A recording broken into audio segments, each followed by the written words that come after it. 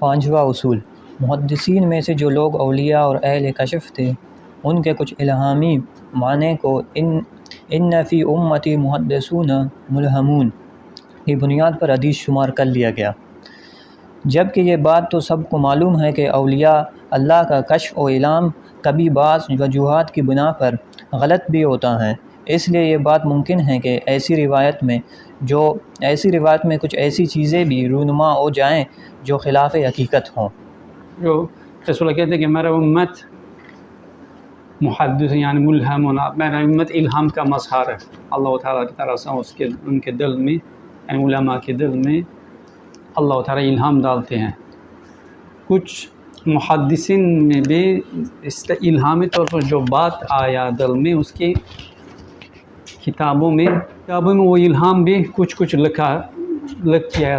वक्त गुजरने के साथ उसके वो इल्हामी तौर पर आना वाला वो बात भी हदीस समझना शुरू किया। लेकिन इल्हाम वही जैसे नहीं होती है। इल्हाम में कभी कभी यानी पर्दा आ जाती है या रंग मुख्तलिफ नज़र, जिस तरह इंसान रुया में बुरा चीज़ देखती है उसकी ताबीर अच्छा हो जाती है, अच्छा चीज़ देखती है ताबीर बुरा हो सकती है। यानी इसी तरह इल्हाम में भी हर बंदे की इल्हाम इतना क्लियर नहीं हो जाती है कि बिल्कुल जो मतलब माना हो। इल्हाम आती है लेकिन वो इल्हाम वो बिल्कुल क्या कह सकते, बिल्कुल जो मतलब है उसके वो अपना मतलब नहीं बता सकती या बिल्कुल क्लियर उसका नहीं होती। मिसाल के तौर पर रैंक दाखिल हो जाती है। वो मसला शफ़ाफ़ चीज़ के अंदर आपके सामने अगर लाल शीशा आ जाएगा, तुम वो चीज़ की लाल देखना शुरू कर बोलते बात आप कहा गया कि यह चीज़ लाल है, हकीकत में वो चीज़ शफ़ाफ़ है।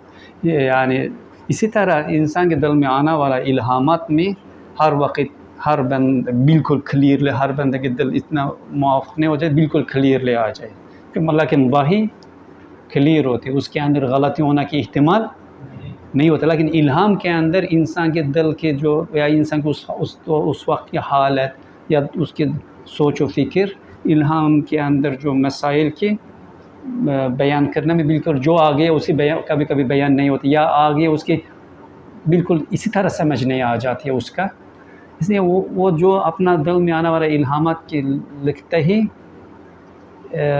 वो भी वक्त तौर पर कभी कभी हदीस समझना शुरू किया। ज़ाहिर है कि इल्हामात में इंसान जिस तरह गलती कर सकता है, वो इल्हाम की बिल्कुल हर वक्त क्लियर नहीं होने की वजह से उसके बताना में वो बात गलत हो सकता है। इसलिए अगर हदीस की कहते हैं कि हदीस के अंदर अगर गलती या ज़ाइफ़ होना के अगर मसला है, ये भी वजह हो सकता है। यानी रसूलुल्लाह की बातें में गलत नहीं हो सकता। जो अगर ज़ाइफ़ होना के जो हुक्म दिया गया, ये भी एक वजह हो सकता है कि इसलिए उलमा इसी तरह हदीसों के ज़ाइफ़ हुक्म दिया, क्योंकि असल वो हदीस समझना शुरू किया किसी उलमा की या मुहद्दिस की अपना दिल आने वाला इल्हाम की किताबों में लिखा है, वो भी सामान्य तौर पर हदीस समझना कुछ शुरू हो गया इसी तरह।